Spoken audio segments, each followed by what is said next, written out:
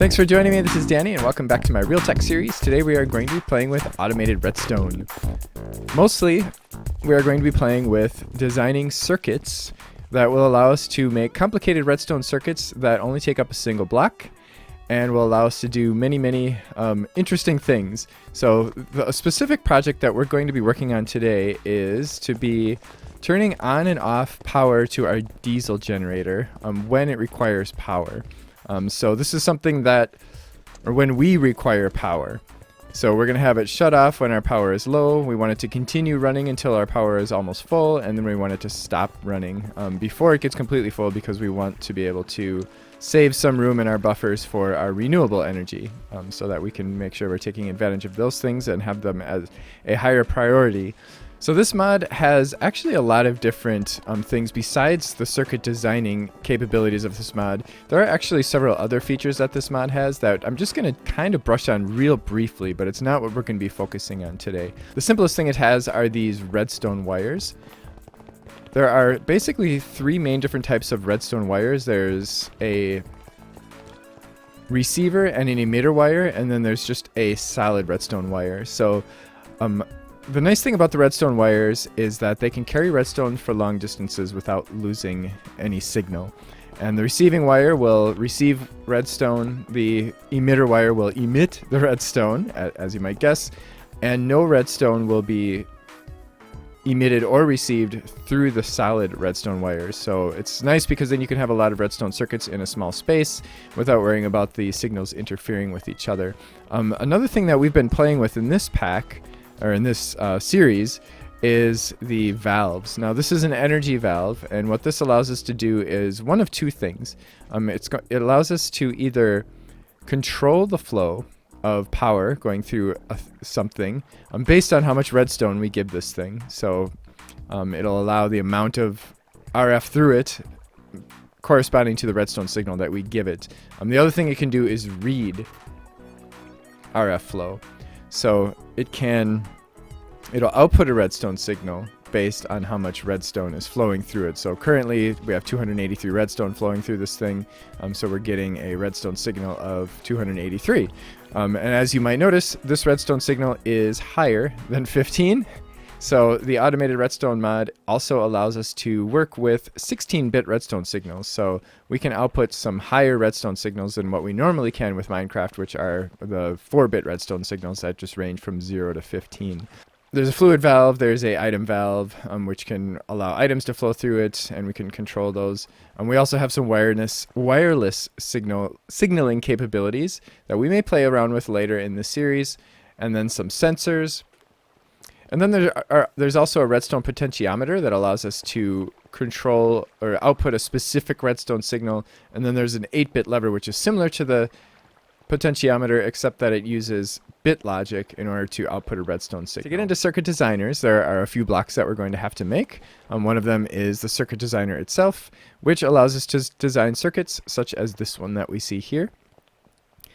And it will allow us to save and read circuits that we have saved in the past on these circuit schematic items that we can place here and save to and load from. We can also actually save circuits to file to our actual hard drive on our computer, and we can load them from them too, which will allow us to share schematics with other people and let them play with them in their worlds. The mod author has also made some schematics available that you can download, and I'll leave a link in the description to this video down below so that you can check those out.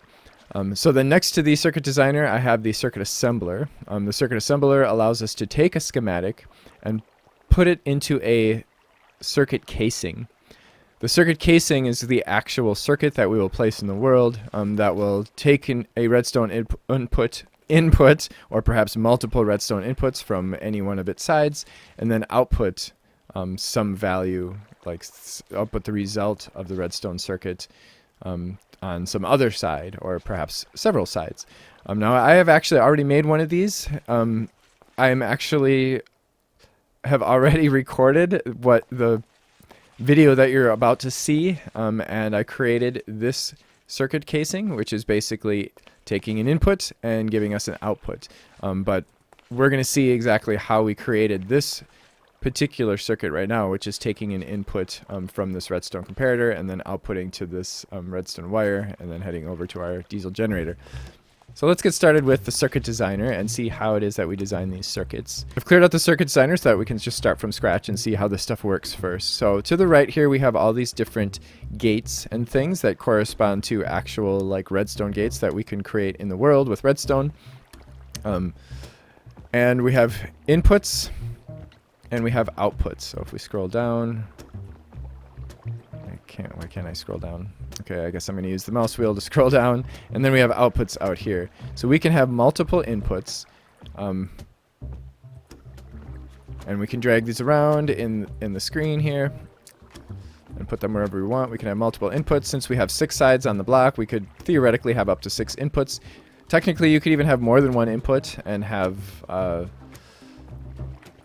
more than one input correspond to a single side of the block. The input basically represents a redstone input going into the circuit itself.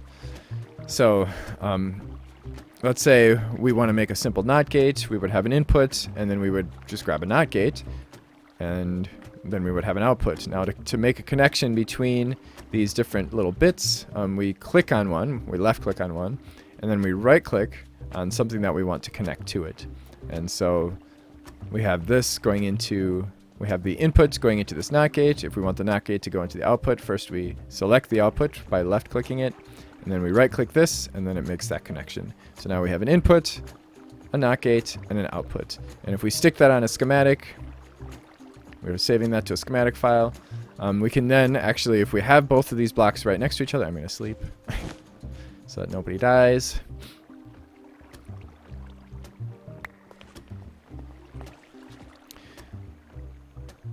If we have these two blocks right next to each other, while we're in this block, we can switch to the other one. And what's nice is it will take our circuit schematic. There's already one in here. Let me just take that out so that we can demonstrate this. We can click this switch over to assembly GUI, and it'll switch us over to the circuit assembler GUI, which is basically the same as clicking on it, but it also moves that schematic for us. So now the schematic is gone from here.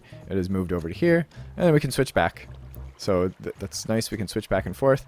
And when we look in here, we can see what components we need in order to build a circuit with... Okay, that's the power latch one. Oh, I called it power latch. Whoops. Actually, let's change the name of this to NOT gate. And then we are going to save it to the schematic. And then we're going to switch over here. And we can see that in order for us to make our NOT gate, first of all, we need a circuit casing, which I'm going to put in there. And then it's going to take whatever components it needs over here. So there are 4 different types of little items that we need to craft in order to create a circuit. There's I/O bus relays. Now, this is a little confusing because these are not automated redstone items. These are items that are a part of the CD4017BE _lib mod, which is actually a dependency of this mod. So if you have automated redstone installed, you're also going to have this installed too. So we're going to go over there, and we're going to see that these are all the different little logic components that we need. So there's the I/O bus relays. You can see we needed 16 of these for this circuit. That is this guy right here. This one requires a couple of the wires. It's actually relatively cheap. However, it is a bit of a rabbit hole of a recipe, but not too terribly bad. And then we need 2 back planes. Now, the more complicated the circuit is, the more of these parts we're going to need. And the complexity of the circuit and the type of gates that we have in the circuit will also determine which types of these little bits that we're going to need. So those we placed up here, or we placed the I/O bus relays here, and then we also need 2 back planes. Now we can see that it has 1 out of 2, so I had one over here. The back plane is this guy, this 8-bit back plane. It's just a redstone wire and a stone slab. So I'm going to make a couple more of those. We needed a logic processor. That's this guy. And then we needed 0 arithmetic processors for this particular circuit. So those are made like so. So those are a little bit more complicated, but we don't need them for a simple circuit like this. I made myself a couple of these 8-bit back planes. We can just shift click them in there. You can see that we still have one left. We'll just leave that in there. That's the only thing that these things are used for, so we may as well keep them in there. But now we have a circuit casing with a circuit in it. So we can place this in the world. And now if we look in the GUI, we will see that first of all, it's going to be turned off. So it will do nothing when you place it in the world. Second of all, we need to select the input and output sides now. So this particular circuit had one input and one output. So we can see one input and one output here. We would set the side to whatever we wanted to. So I have it set, you can see on the left, I have the input set to the left side, and then I'll set the output to the right side. And then I'm going to turn it on.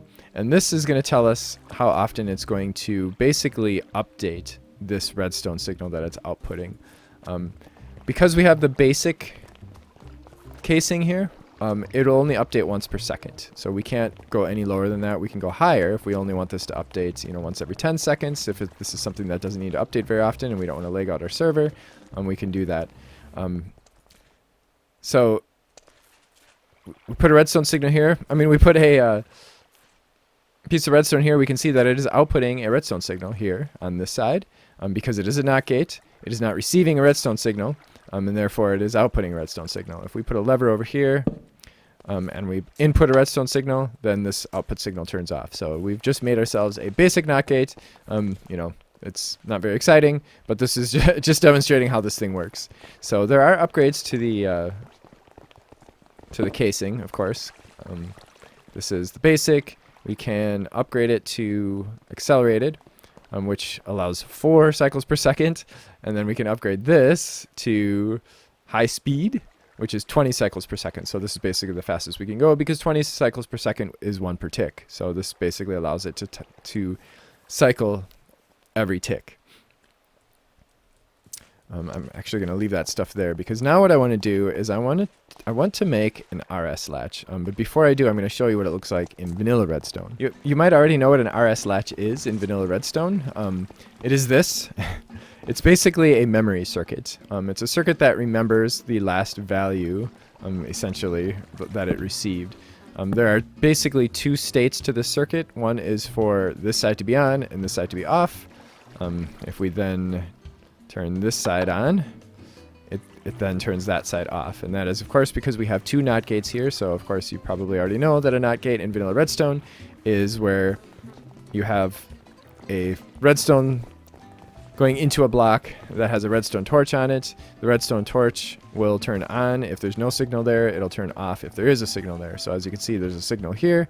This redstone torch is therefore off. If we turn this side on, it'll then turn that side off. Now the reason this is called a memory circuit is because when we give it a redstone signal and then turn that redstone signal off, this stays on. So it remembers that, hey, this side is the last thing that received a redstone signal. If we do that on this side, it'll basically flip-flop the other way. So actually these are also called flip-flop circuits. Now if we were to put an output here on this side, this output would basically be turned on by this lever, and that output would be turned off by this lever. And of course, you could do the same thing over here. You could have an output on that side as well. In the circuit that we're going to be designing, we're only going to have a single output. So we're not going to really care what's happening over there. We're only going to care what's happening. Now let's take a look at what an RS latch looks like in the circuit designer. I downloaded an RS latch from the author's website, which is in the link below. It's actually his GitHub for this mod, and it is called RS-Latch. I can load it from that file by holding down the Shift key and then clicking this button, and then here is the RS latch. Now the schematics are stored in your Minecraft folder in a folder called Circuit Schematics. So I basically placed that file in that folder, and now I can retrieve it. Okay, I cleaned the circuit up sort of a little bit so that we can see it a little bit more clearly. But essentially we have 2 inputs, just like we did out there, kind of like we had the 2 levers. There's input A, there's input B. We can actually give these inputs a different name if we wanted to. And that name would show up in the... oh, I don't have it out here. That name would show up in the circuit casing. The same with the outputs. We can name the outputs whatever we want to down here. So we have two gates here, and they're called NOR gates. So basically a NOR gate is a NOT gate that has multiple inputs. A NOR gate will output true. Basically, it will output a redstone signal if it gets no redstone signal. So if both of its inputs are false or have no redstone signal, it'll output true or output a redstone signal. We have an input going into one NOR gate, we have the other input going into the other NOR gate, and then we have both of the NOR gates going into each other. So there's that loop that we saw in the thing that we had out there. Actually, maybe if I arrange it like this, that'll make it look a little bit more clear. So you can see that they're feeding into each other. Now when you have multiple inputs like this, in order to select the different inputs, so for instance, let's say I put something else here, like another NOT gate, and I want one of these inputs going into that NOT gate, I would basically scroll through it so you can see it turns red. The different inputs turn red as I scroll through them. And whichever one is highlighted is the one that will connect when I right click. So that's how you basically work with the multiple inputs. So they're feeding into each other, and then they're each going into different outputs. So I guess we'll just take a quick look at this. Now we can actually go into our circuit assembler, and we can pull the schematic out and put our circuit casing in here, and it'll pull all of those little components out so that we can reuse them again. So what we'll do is we'll make this RS latch real quickly just so that we can take a look at what it's doing. This is moving us in the direction of what we're going to be building for our diesel generator. This is one step toward the complexity that we're going to be doing. So I just want to take a look at a simpler version of an RS latch before we make the more complicated RS latch that we're going to be doing for our thing. So actually, let me use the schematic.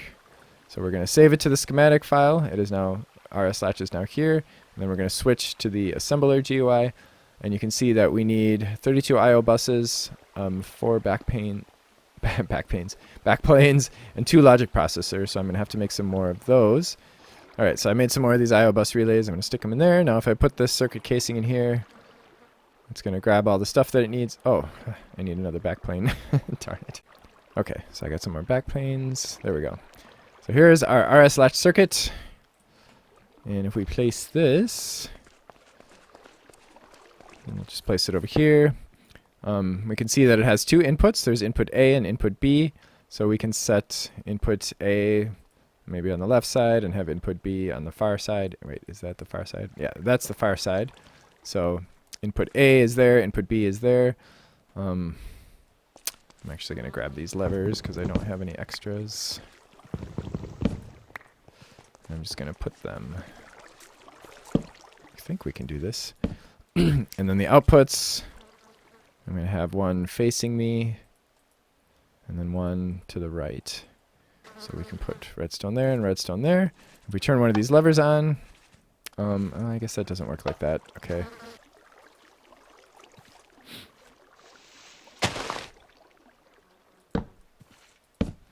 All right, so if we turn one of these inputs on, why is that not working? Oh, because I didn't turn it on. Darn it. So we turn this on, we turn it off, this stays on. So it's just like that circuit over there, the exact same thing, except it only takes up one block, right? And then we turn that on, that one turns off, and that one turns on. So it toggles the sides, just like before. So actually, we could have buttons here. We don't really need to have levers because, you know, we only need the redstone signal on for a second. So there's our RS latch, and that's how it works with automated redstone. Actually, I'm going to leave that set up there. So now what I want to do for the diesel generator is I want to have a circuit that instead of having 2 inputs is only going to have a single input. And that single input will be a comparator hooked up to one of my power supplies. And I want one side of the circuit to turn on when the redstone signal is less than 3, we'll say, meaning that our power is pretty low. And then I want the other side to turn on when our power is, or maybe one side to turn off, when the power is greater than 10, or when the output is greater than 10. So I'm actually going to build that circuit right here in vanilla redstone so that we can take a look at what that would look like. So this is the circuit that we are going to be building very soon. And as you can see, it takes up quite a bit of space using vanilla redstone. But essentially this is this potentiometer right here, which allows us to basically specify an output redstone signal, is going to represent our comparator. So the output, this is going to be the output. So this will be, we'll be pretending that this is the output that we're getting from the comparator that's on the power cell.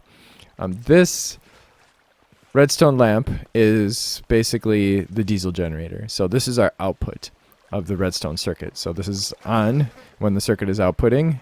The redstone signal is off when it's not.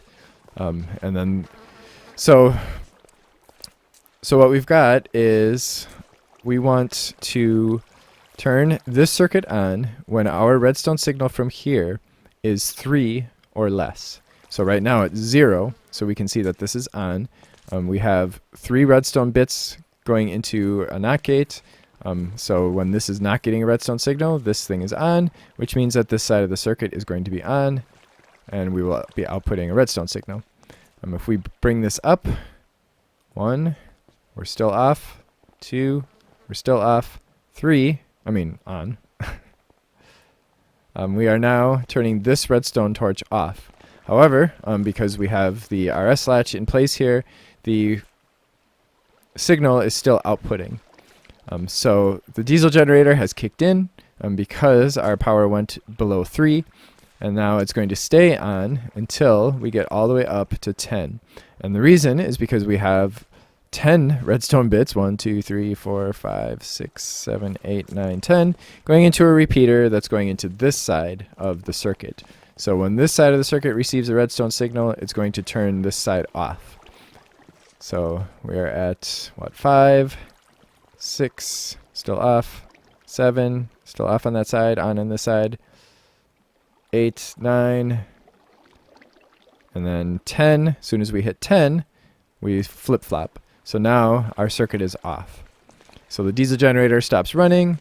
We now just have our renewable energy going into the power cells. So things will happen here. The power might go up, the power might go down. If we're using more power than our renewable sources can give us, eventually this thing will go down. 8, 7, 6, 5, 4. So we're at 4. We're still off.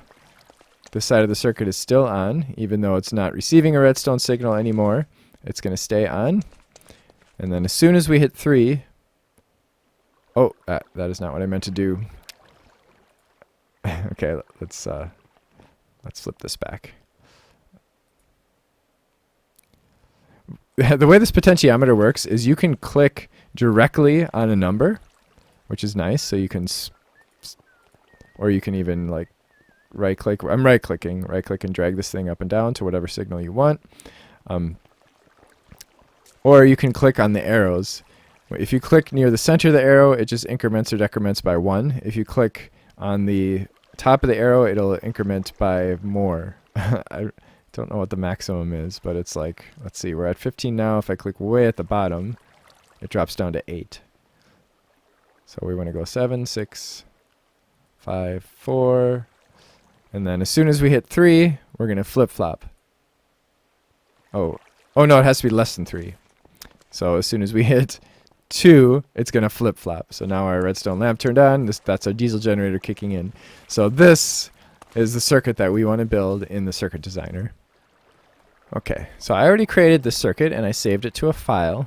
So I can type it in. It's called Power Latch, and I can load from schematic. I hold down the shift key and it loads it from the schematic, and it says schematic successfully loaded. And here's the circuit.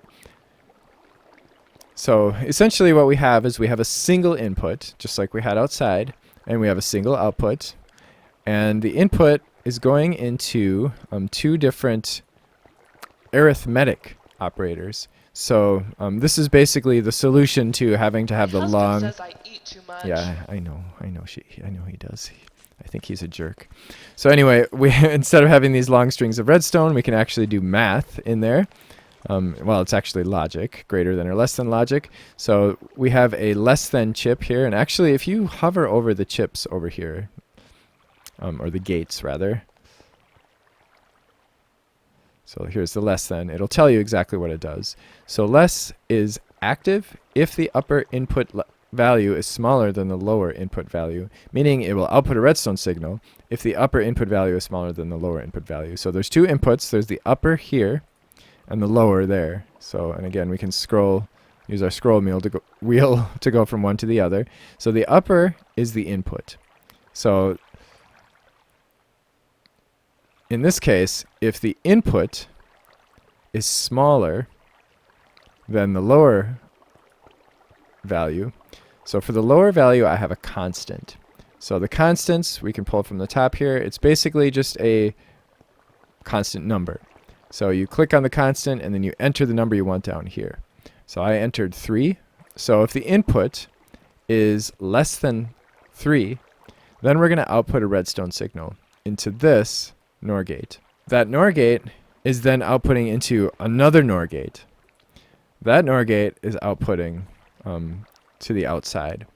So we know by not logic that if we're outputting into this NOR gate, that it's going to output the opposite of what it gets. So in this case, if A is less than 3, we are not outputting anything into this NOR gate, therefore allowing it to output a redstone signal.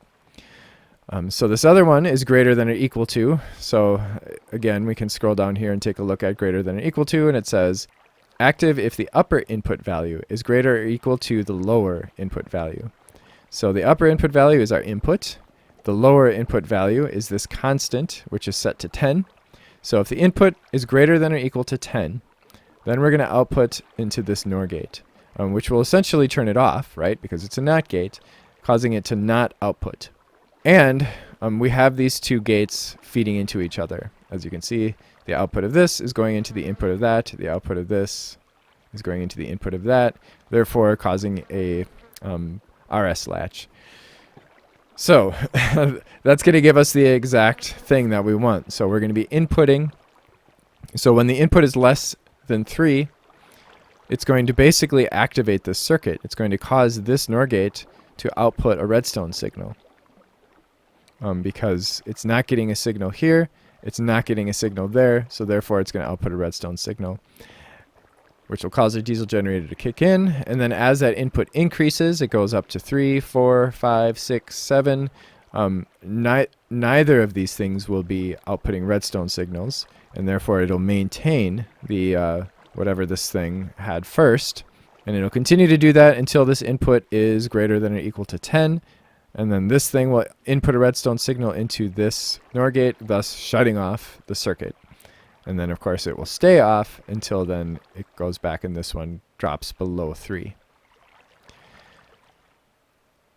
So then we can switch over to our assembler GUI. Now we can actually use an existing circuit casing that already has stuff in it. And what it'll do is it'll basically pull out all the different components and it'll reuse them for this circuit. I think we're actually going to need a few more for this one. So you can see it pulled them out, but then it put them back in. It still needs 2 backplanes and 4 more logic processors. So I made some more of these and some more of these, and there we have it. There's our power latch. Hooray! Actually, just for comparison's sake, before I set this up, I'm going to put this here. I'm going to say input on the left, output to the right, and I'll put a piece of redstone there. Whoops. So it's currently outputting a redstone signal of, well, a full redstone signal because we're at 0. And if we go up 3, it's still, actually, let's do this so that we can see it from the corner of our eye. Okay, 3, 4, 5, 6, 7, 8, 9, 10. And then it's off. Ta-da! And it takes 1 block. As opposed to, okay, now we go down 1 and it's going to turn back on. Hooray! Now you can see there was a slight delay there, and that is because that it's only ticking once once every second, which is fine. It's totally fine for this particular application, but you know, if you have a setup that requires a faster response time, then you're going to want to upgrade your casing. So you can see it behaves exactly the same as that one. This redstone signal is on at the same time that that redstone lamp is on. So here we're at 9, everything's still on. And now everything is off. So it's the exact same behavior, but it only takes up a single block. Hooray! So we set up a redstone comparator. Of course, I have to face in the right direction. Okay, so we put out a redstone comparator, and this thing is outputting... here, let's just put a piece of dirt there so that one probe will tell us. It's outputting 14, because this thing is almost completely full. Actually, it should be completely full, but... And then we're going to set down this circuit casing right here. And then we're going to specify which sides are input and which ones are output. So...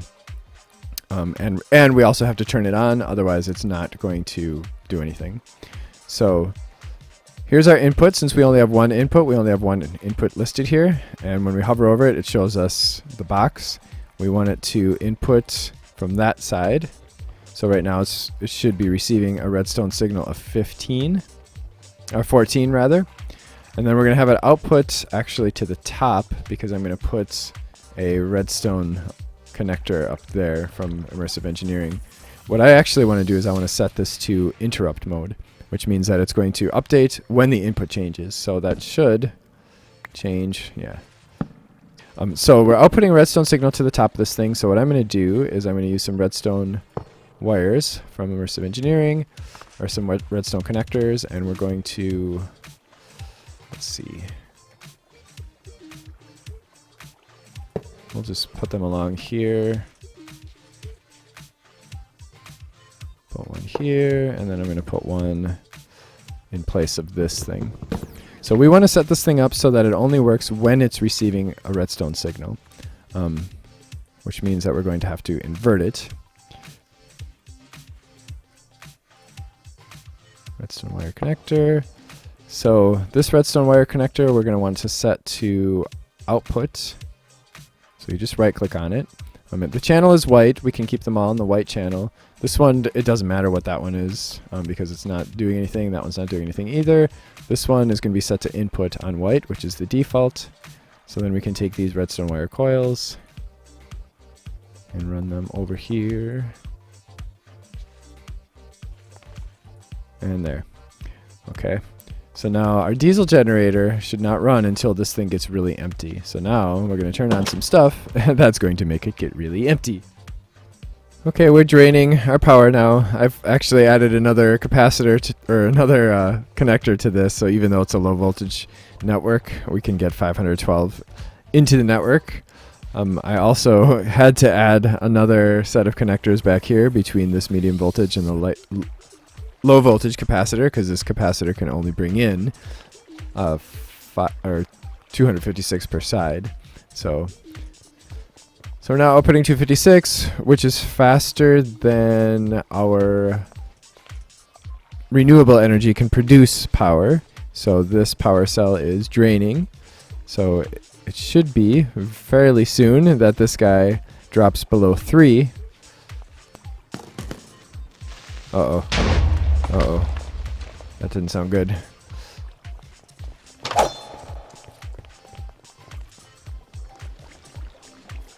Whatever. Okay, it's over. Oh, there we go. It's kicked in. So we were down pretty low, and you can see it's filling up really quickly because that guy produces 4,096 RF per tick. And as soon as we get about 2/3 full or so, it should stop. Yay! Nice. So it leaves a little bit left for these guys to fill up, which should give us plenty of buffer on power. We've got 4 cells here. I actually have a 5th one here that I might add to the network. This is a complete build. I'm going to do a little bit of cleanup. So the diesel generator is running right now. It is a very high polluting... Wow. Oh, stop. Okay, there we go.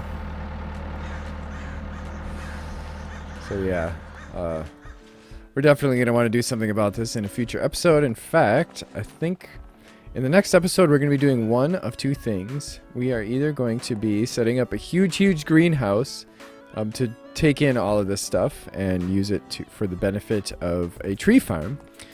Or we're going to get into armor underwear, and it kind of depends what the season is. So we're heading into fall right now, or autumn. As you can see, the leaves are changing. So it will soon be very cold out here, and I would like to have some protection from the cold. And there's a mod called Armor Underwear, which basically gives us things like thermals that we can put under our armor that will keep us warm or cold, depending on the season. But today we are done with more power gen, and we've also kind of killed two birds with one stone today. We also played around with automated redstone, which I thought was on my list, but I can't seem to find it. Oh, maybe that was way back. Oh yeah, here we go. Automated redstone. Oh boy. So that's done. Hooray! So, oh, and I did clean things up a little bit down there. Actually, I'm going to jump down here and hurt myself a little just for the sake of saving some time. I moved this back a little bit. I also moved those wires off so that they're kind of the same as they are on this side, like to the other side of the lanterns. Of course, you know, we've got this redstone thing going down the middle, but it doesn't look too bad. I mean, it looks like a busy factory, right? So it's all good. So I hope you enjoyed this. If you do have any questions, comments, ideas, or whatever, feel free to leave them in the comment section below. And if you did enjoy this, don't forget to click the like button and subscribe and whatever. And to join me next time, thanks for watching. Goodbye.